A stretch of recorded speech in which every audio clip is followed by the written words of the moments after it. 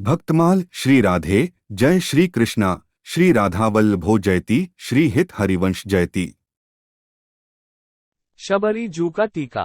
शबरी जी पिछले जन्म में एक रानी थी। वो अपने राजा पति के साथ प्रयाग गई थी, लेकिन पर्दा प्रथा बहुत अधिक होने के कारण उसे पर्दे में ही रहना पड़ा, जिसके कारण वो संत के दर्शन से वंचित रह गई। उसे अपने रानी होने पर बहुत दुख हुआ। उसने गंगा जी से वर मांगा कि आगे मैं किसी उच्च कुल में जन्म न लूं और मुझे सुंदर रूप नहीं मिले।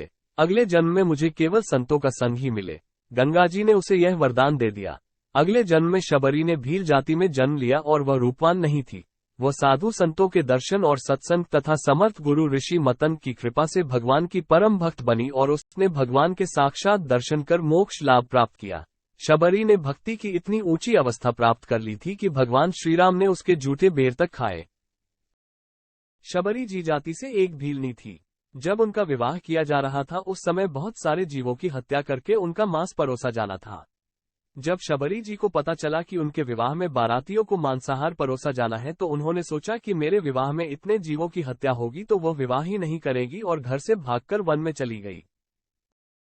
शबरी जी के मन में भक्ति और सेवा भाव थे, तो उसी अनुरूप उन्होंने वन में आश्रम बनाकर रह रहे ऋषियों की सेवा करने की सोची, लेकिन जाति से भील होने के कारण ऋषिगण उनकी सेवा नहीं ले सकते थे, क्योंकि भील जाति को निम्न समझा जाता था और भील का स्पर्श होने पर ऋषि मुनियों का स्नान करने की रीति थी। इसलिए शबरी छुप छुप कर सेवा करने लगी। वो अर्धरात्रि में लकड़ियों का गट्ठा ऋषि आश्रम में रखकर चली जाती थी। ऋषिजन जिस मार्ग से होकर पंपा सरोवर स्नान के लिए जाते थे उस मार्ग को बुहार देती थी और तिनके और कंकड़ पत्थर बीन देती थी। जब ऋषिगण प्रातः स्नान करने जाते तो बहुत हैरान होते थे कि यह सारा कार्य कौन कर जाता है। तब वो इस निष्कर्ष पर पहुंचे शायद कोई साधु संत सेवी है जो प्रतिदिन सेवा करके चला जाता है। लेकिन वो ये भी जानना चाहते थे कि वो संत सेवी कौन है। तो ऋषिगण ने अपने शिष्यों को कहा कि तुम रात्रि में पहरा देना और देखना कि यह सारा कार्य कौन करके जाता है। तब अपने नियत समय पर शबरी जी सेवा करने के लिए आई। तभी शिष्यों ने उन्हें देख लिया और ऋषियों को सारा वृतांत बताया। लज्जा और शर्म के डर से शबरी जी भयभीत होने लगी और उसे ग्लानि हुई कि मैं नीच जाति की स्त्री से कोई अपराध तो नहीं हो गया। लेकिन शबरी की इस निस्वार्थ सेवा और भक्तिभाव को देखकर मतंग ऋषि की आंखों से अविरल आंसू बहने लगे। मतंग ऋषि को शबरी को देखकर ऐसा लगा जैसे उन्हें भक्ति का अलभ्य लाभ प्राप्त हो गया। उन्होंने मंत्रों उच्चारण करके शबरी जी को दीक्षा दी और अन्य ऋषियों की उपेक्षा व निंदा किए जाने के बावजूद उसे अपनी शिष्या के रूप में स्वीकार किया। गुरु कोई व्यक्ति नहीं होता, गुरु है सत्संग। सत्संग है मेरा आईना और खुद को सावरूं मैं प्रेम से। गुरु अपने वचनों की शक्ति से हमारी शक्ति को जागृत करता है। गुरु अपने वचनों की शक्ति के द्वारा हमें सही मार्ग पर चलना सिखाता है। गुरु हमें प्रभु से मिलाता है। जब मतंग ऋषि अपनी देह त्याग कर ईश्वर के निकट जा रहे थे, अर्थात मृत्यु का समय निकट था, तब शबरी ने कहा, गुरुजी आपके बिना मैं क्या करूंगी। तब मतंग ऋषि ने कहा कि राम आएंगे, उनकी प्रतीक्षा करना। गुरु के एक वचन के सहारे शबरी ने अपना पूरा जीवन व्यतीत कर दिया। वो प्रतिदिन राह बुहारती, मीठे मीठे फल चुनकर लाती कि राम आएंगे। शबरी वृद्धा हो गई थी, लेकिन प्रतिदिन राह बुहारना, फल लाना, प्रभु की प्रतीक्षा करना उसका नित्य कर्म था।